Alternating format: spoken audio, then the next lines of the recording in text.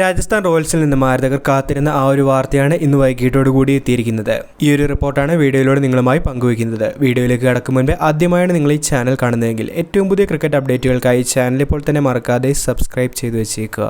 Rajasthan royals captain Sanju സാംസണ് wicket കീപ്പിംഗിന് അനുമതി നൽകിയിരിക്കുകയാണ് BCCI. ബംഗളൂരുവിലെ സെന്റർ ഓഫ് എക്സലൻസിൽ നടത്തിയ പരിശോധനകൾക്കൊടുവിലാണ് സഞ്ജുവിന് വിക്കറ്റ് കീപ്പിംഗിന് അനുമതി ലഭിച്ചത്.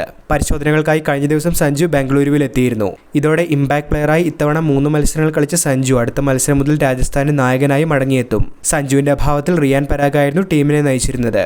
വിരലിനേറ്റ പരിക്കിന് ശസ്ത്രക്രിയയ്ക്ക് വിധേയനായ സഞ്ജുവിന് ഇത്തവണ IPL സീസണിന്റെ തുടക്കത്തിൽ ബാറ്റിംഗിന് മാത്രമായിരുന്നു CEOയിലെ മെഡിക്കൽ സംഘത്തിന് അനുമതി ലഭിച്ചിരുന്നത്. മുംബൈയിൽ ഇംഗ്ലണ്ടിനെതിരായ T20 മത്സരത്തിനിടെ ജോഫ്ര ആർച്ചറുടെ പന്തുകൊണ്ടാണ് സഞ്ജുവിന്റെ കൈവിരലിന് പരിക്കേറ്റത്. വലതുകൈയിലെ ചൂണ്ടുവിരലിനായിരുന്നു അദ്ദേഹത്തിന് പരിക്കുണ്ടായിരുന്നത്. തുടർന്നായിരുന്നു ശസ്ത്രക്രിയയ്ക്ക് അദ്ദേഹം വിധേയനായത്.